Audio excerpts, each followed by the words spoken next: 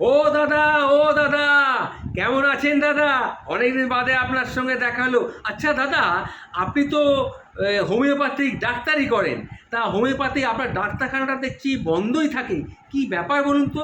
আপনি কি ডাক্তারি করা ছেড়ে দিলেন নাকি? আর বলবেন না ভাই, আর বলবেন না, সে এক দারুণ কাণ্ড হয়েছিল। কি কাণ্ড, কি ব্যাপার, একটু শুনি না, একটু কি হলো? হঠাৎ আপনি ডাক্তারি করা ছেড়ে দিলেন? তাহলে শোনেন, আপনারা বলতেছি। এক মোটা মতো ভদ্রমহিলা আমার কাছে এসেছিল চিকিৎসা করাতে। সে এসে বলল তার ওজন একটু কমাতে চান। তখন আমি তাকে জিজ্ঞাসা করলাম, আপনি সকালবেলা কী খান? সে তখন বলল, সকালে আমি জলখাবারে 4টে পাউরুটি, 2টো কলা আর 4টে ডিম খাই। আমি তো শুনে অবাক। তখন তাকে আমি জিজ্ঞেস করলাম, আচ্ছা আপনি দুপুরে কী খান? দুপুরে আমি ধরুন প্রায় 250 গ্রাম মতো চালের ভাত খাই, তার সঙ্গে তরকারি, তরকারি, ডাল, মাছ বা ডিম বা মাংস যা হয় তাই খাই।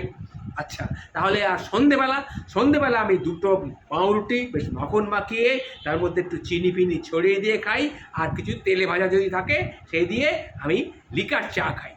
বাহ! তারপরে রাত্রিবেলা বেশি না, আমি এই 10 থেকে 12খানা রুটি খাই, তার সঙ্গে ডিম, মাছ বা মাংস যা হয় তাই খাই। এসব শুনে আমি তো স্তম্ভিত হয়ে গেলাম। তখন আমি ভদ্রমহিলাকে বললাম, দেখুন, এত খাওয়া দাওয়া কিন্তু চলবে না, একটু কমাতে হবে খাওয়া দাওয়া। আমি প্রেসক্রিপশন করে দিচ্ছি, সেই অনুযায়ী কিন্তু খাওয়া দাওয়া করবেন। বলে আমি প্রেসক্রিপশন করলাম, করে তাকে বললাম, দেখুন, আমি লিখেছি সকালবেলা ঘুম থেকে উঠে আপনি জলখাবারে 2টো ক্রিম কেকার বিস্কুট আর 1 কাপ লিকার চা খাবেন, আর কিচ্ছু খাবেন না। আর দুপুরবেলা 90 গ্রাম চালের ভাত খাবেন, তার সঙ্গে একটু হালকা করে মাছের ঝোল, ডাল, সবজিটা একটু বেশি খাবেন। বুঝতে পেরেছেন? এরপরে আর কিচ্ছু খাবেন না। সন্ধেবেলা আবার 2খানা ক্রিম কেকার বিস্কুট আর একটু লিকার চা খাবেন। আর রাত্রিবেলা খুব বেশি হলে 3টে থেকে 4টে রুটি, তার সঙ্গে সবজি খাবেন।